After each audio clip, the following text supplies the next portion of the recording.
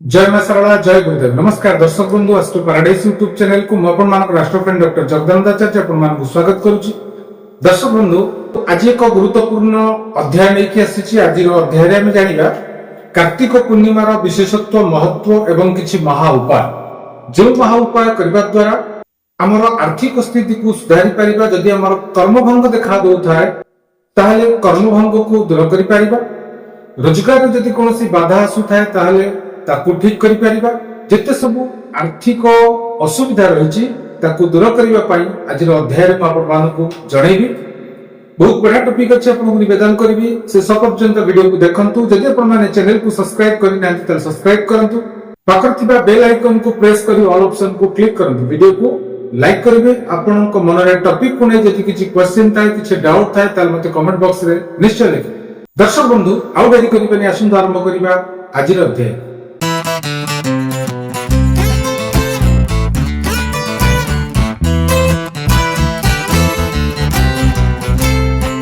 दर्शक बंधु कार्तिक पूर्णिमा को त्रिपुरोत्सव बोली कहा जाए। पुराण अनुसार ये कार्तिक पूर्णिमा दिन देवादिदेव महादेव त्रिपुरासुर को बद्ध करथिले एवं समस्त देवादेवी को आश्वस्ति प्रदान करथिले। तेनी कार्तिक मासर पूर्णिमा तिथि अति मूल्यवान एवं महत्वपूर्ण अटे। जेतेबेले देवादिदेव महादेव त्रिपुरासुर को बद्ध कले, समस्त देवादेवी को आश्वस्ति प्रदान कले, सही समय रे समस्त देवादेवी महादेव को प्रसन्न करिबा पई, महादेव को संतुष्ट करिबा पई, देवादिदेव महादेव आशीर्वाद को प्राप्त करिबा पई दीप प्रदान करिथिले। पश्चात धरणे निहित त्रिपुरश्चैकवात कार्तिकेयं पूर्णमास्यं तु सर्वे देवा प्रतुष्टुवः। अर्थात एई दिन कार्तिक मास शुक्ल पक्ष पूर्णिमा दिन समस्त देवादेवी देवादिदेव महादेवंकर आशीर्वाद पाइबा पई तांको उद्देश्य रे दीप प्रज्वलन करिथिले। और मध्ये शास्त्र कहंती तस्मिन् दिने सर्वदेवी दीपा दत्ता हराय च सर्वथैव प्रदायासं दीपस्तु हरतुष्टय। अर्थात देवादिदेव महादेव को संतुष्ट करिबा पई, प्रसन्न करिबा पई समस्त देवादेवी माने एई दिन दीप प्रज्वलन करिथिले। एनु शास्त्र कहंती जदि एई कार्तिक पूर्णिमा दिन कौनसी व्यक्ति विशेष शिव मंदिर रे भगवान देवादिदेव महादेव को उद्देश्य रे दीप प्रज्वलन करंती ताहले तांकर समस्त पाप दूर होबा सहित त्रिताप नाश होइଥାଏ। आहुरी मध्ये शास्त्र कहंती विंशति सर्वशतक सहिता दीपवर्तय दद दीपं पौर्णमास्यं सर्व पापो प्रमुच्यते। शास्त्र कहिले जो व्यक्ति विशेष माने ई कार्तिक पूर्णिमा दिन विंशति सप्त शतक अर्थात 720 दीप देवादिदेव महादेव को उद्देश्य रे शिव मंदिर रे प्रज्वलन करंती, सेमाने समस्त पापरु मुक्ति हेबा सहित वैकुंठ प्राप्ति करंती। एणु 720 दीप प्रज्वलन करिबा जदि संभव न हुए ताल अति कम रे 5टी दीप निश्चित भाव रे ई कार्तिक पूर्णिमा दिन देवादिदेव महादेव मंदिर रे प्रज्वलन करिबा। आउ एक महा उपाय आपण मान को कहूची, मने रखंतु बहुत बढ़िया रेमेडी अछि। ए कार्तिक पूर्णिमा दिन करिवे जहा द्वारा कि आपनकर जेमिति का फाइनेंशियली प्रॉब्लम थाउ ना कहीं, जेमिति का अर्थ बाधा थाउ ना कहीं कि आपनकर बिजनेस ग्रो करूनी, आपनकर व्यापार ठीक से चालुनी, जे कोनोसी बिजनेस आपण करंतु ना कहीं कि जदि बिजनेस रे आपण डेवलप करि पारु नांती, आपण लॉस खाउचंती बा आगो भले आपनकर बिजनेस इति ग्रो करूनी, बढ़िया उपाय आपण मान को कहिबी। मने रखंतु ए कार्तिक पूर्णिमा दिन गोटे लाल कपड़ा रे 2टी रुपया टंका आपण बांधी दियंतु। उक्त लाल कपड़ा रे बंधा जाइतिबा टंका को माटी पात्र रे अर्थात घड़ी किंबा माठिया रे बंधा जाइतिबा टंका को आपण रखि दियंतु एवं से माठिया को अरुआ चाउल किंबा गहम रे पूर्ण करि दियंतु। एवं पूर्ण करि सारिबा परे से माठिया बा घड़ी मुहरे गोटे नुआ हळदी रंगर कपड़ा आपण बांधी दियंतु।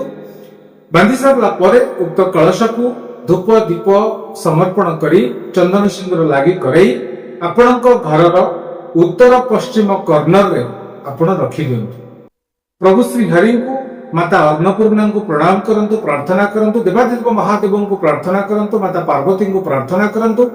ଧନାଧିଦେବ କୁବେରଙ୍କୁ ଆପଣ ପ୍ରାର୍ଥନା କରନ୍ତୁ। ଯାହା ଆପଣଙ୍କର ଧନକୁ ନେଇ ସମସ୍ୟା ରହିଛି, କର୍ମଭଙ୍ଗ ଆପଣଙ୍କର ଦେଖା ଦଉଛି, ରୋଜଗାରରେ ବାଧା ଆସୁଛି, ବିଜନେସ ଆପଣଙ୍କର ବଢୁନି, ଆପଣଙ୍କ ଘରେ ସ୍ଥିର ଲକ୍ଷ୍ମୀ ରହୁନି, ଯାହା ଆପଣଙ୍କର ଆର୍ଥିକ ସମସ୍ୟା ରହିଛି, ଆପଣ ମାଙ୍କୁ ପ୍ରଣାମ କରନ୍ତୁ।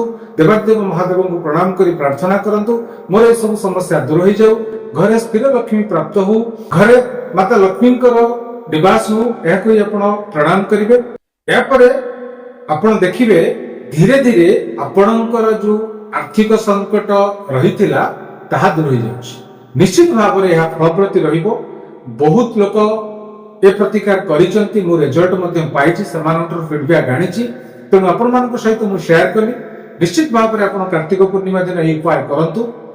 ଆଉ ଗୋଟେ ଉପାୟ ଆପଣଙ୍କୁ କହିବି, এই କାର୍ତ୍ତିକ ପୂର୍ଣ୍ଣିମା ଦିନ ଗୋଟେ ଶ୍ରୀ ଯନ୍ତ୍ର ଆପଣ ସଂଗ୍ରହ କରନ୍ତୁ, ତା ସହିତ ଲକ୍ଷ୍ମୀ ସହସ୍ର ନାମ ପୁସ୍ତକ 11 ଖଣ୍ଡ ଆପଣ ଯୋଗାଡ଼ କରି ଲକ୍ଷ୍ମୀ ନାରାୟଣ ମନ୍ଦିରକୁ ଯାଆନ୍ତୁ। ପୂଜା ସାମଗ୍ରୀ ମଧ୍ୟ ସାଙ୍ଗରେ ନିଅନ୍ତୁ। ଧୂପ, ଦୀପ, ନୈବେଦ୍ୟ, କୁଙ୍କୁମ, ଚନ୍ଦନ, ସିନ୍ଦୁର, ଶଙ୍ଖା, ଯେତେ ସବୁ ସୁହାଗ ଦ୍ରବ୍ୟ ଅଛି ଆପଣଙ୍କ ଶକ୍ତି ସାମର୍ଥ୍ୟ ଅନୁସାରେ ଏସବୁକୁ ସଂଗ୍ରହ କରି ଲକ୍ଷ୍ମୀ ନାରାୟଣ ମନ୍ଦିରକୁ ଯାଆନ୍ତୁ, ମାଙ୍କୁ ପ୍ରଣାମ କରନ୍ତୁ ଏବଂ ଯୋଉ ଶ୍ରୀଯନ୍ତ୍ର ଆପଣ ନେଇଥିବେ ସେ ଶ୍ରୀଯନ୍ତ୍ରକୁ ମାଙ୍କର ପାଦ ପାଖରେ ରଖିଦିଅନ୍ତୁ ଏବଂ ଯୋଉ 11 ଖଣ୍ଡ ଲକ୍ଷ୍ମୀ ସହସ୍ର ନାମ ପୁସ୍ତକ ଆପଣ ସାଙ୍ଗରେ ନେଇଥିବେ ସେଥିମଧ୍ୟରୁ ଗୋଟିଏ ପୁସ୍ତକ ଆପଣଙ୍କ ପାଖରେ ରଖନ୍ତୁ, ବାକି 10ଟି ପୁସ୍ତକକୁ ଲକ୍ଷ୍ମୀଙ୍କର ପାଦ ତଳେ ସମର୍ପଣ କରିଦିଅନ୍ତୁ।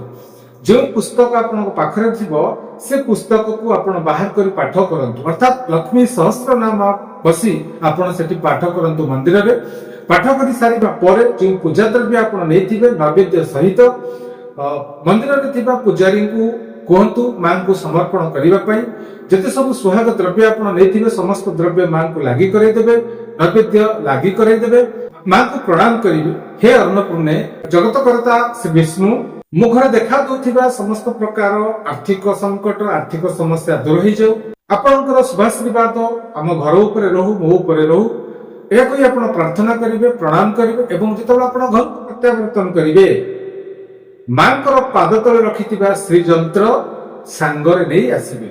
ଯେଉଁ 10ଟି ପୁସ୍ତକ ଆପଣ ମାଙ୍କର ଚରଣ କମଳରେ ସମର୍ପଣ କରିଥିବେ ସେ 10ଟି ପୁସ୍ତକକୁ ସେଇଠି ଛାଡ଼ିଦେବେ। ମନ୍ଦିରର ପୂଜକଙ୍କୁ କହିବେ ସେ 10ଟି ପୁସ୍ତକ ଅନ୍ୟ କାହାକୁ ବାଣ୍ଟି ଦେବା ପାଇଁ। ଆପଣ ଯେଉଁ ପୁସ୍ତକ ରଖି ପଢୁଥିବେ ସେ ପୁସ୍ତକ ଏବଂ ଶ୍ରୀଯନ୍ତ୍ରକୁ ଆପଣ ନେଇ ଘରକୁ ଆସିବେ।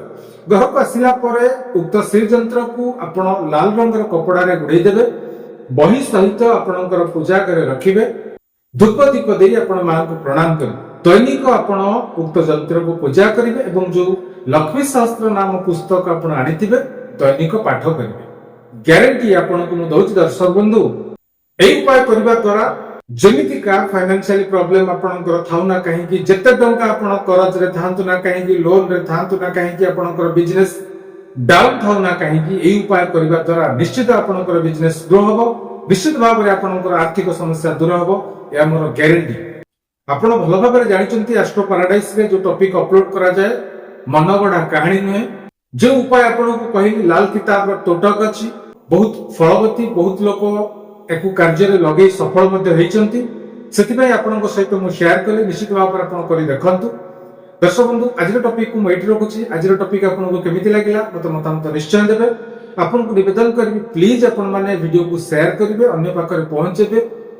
ଏମିତି ବହୁତ ଲୋକ ଅଛନ୍ତି ଯୋଉମାନଙ୍କର ଏଇଭଳି ସମସ୍ୟା ଦେଖା ଦଉଛି, ଫାଇନାନ୍ସିଆଲି ସମସ୍ୟା ରହିଛି, ଆର୍ଥିକ ସଂକଟ ଦେଇ ଗତି କରୁଛନ୍ତି, ବହୁତ ଧାର କରଜରେ ଲୋନରେ ସେମାନେ ଅଛନ୍ତି। ପ୍ଲିଜ ସେମାନଙ୍କୁ ସେୟାର କରିବେ। ଦର୍ଶକ ବନ୍ଧୁ, ପୁଣି ଆସିବି ଆଗାମୀ ଅଧ୍ୟାୟରେ ଆଉ ଏକ ଟପିକ ନେଇ। ସେ ପର୍ଯ୍ୟନ୍ତ ଆପଣମାନେ ଭଲରେ ଥାନ୍ତୁ, ଖୁସିରେ ଥାନ୍ତୁ, ମତେ ବିଦାୟ ଦିଅନ୍ତୁ। ଜୟ ମା ଶାରଳା, ଜୟ ଗୁରୁଦେବ।